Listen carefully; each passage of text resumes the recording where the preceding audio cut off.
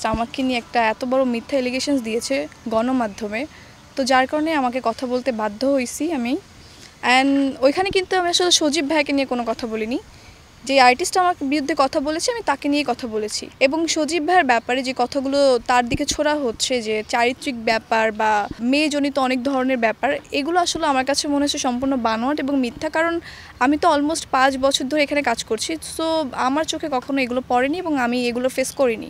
ওইখানে আমি শুধু সাথীকে নিয়ে কিছু কথা বলেছি, যেগুলো কথা বলেছি সাথীকে নিয়ে, যে ও এই টিমে পলিটিক্স করতেছে এবং ওর জন্য অনেক প্রবলেম ফেস করতেছে অনেক মেম্বার এবং করেছে, এগুলো সম্পূর্ণ সত্যি। যখন থেকে প্র্যাঙ্কিং প্রোডাকশন হয়েছে নাটকের, তখন থেকে কিন্তু আমি রেগুলার পেমেন্ট পাচ্ছি, কিন্তু যখন আমি প্র্যাঙ্কিংয়ে ইন করেছি তখন হয়তো সজীব ভাইয়ের নিজেরই সামর্থ্য ছিল না যে আমাকে পেমেন্ট করবে।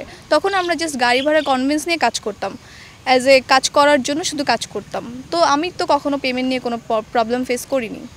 আমি আসলে ওইখানে ক্লিয়ার করেছি এটাই যে ওইখানে আমাকে বলা হয়েছে যে আমি নাকি তাকে কোন শুটিং সেটে প্রাণে মেরে ফেলতে চাইছি একটা প্রোডাকশন বয়ের মাধ্যমে। তো এটা আসলে সম্পূর্ণ মিথ্যা এবং বানোয়াট। এবং এটা যখন আমি জানতে চেয়েছি তার কাছে, তখন সে বলতেছে সে ওভার থিঙ্কিং করে বলেছে। তো ওভার থিঙ্কিং করে তো সে গণমাধ্যমে গিয়ে বলতে পারে না।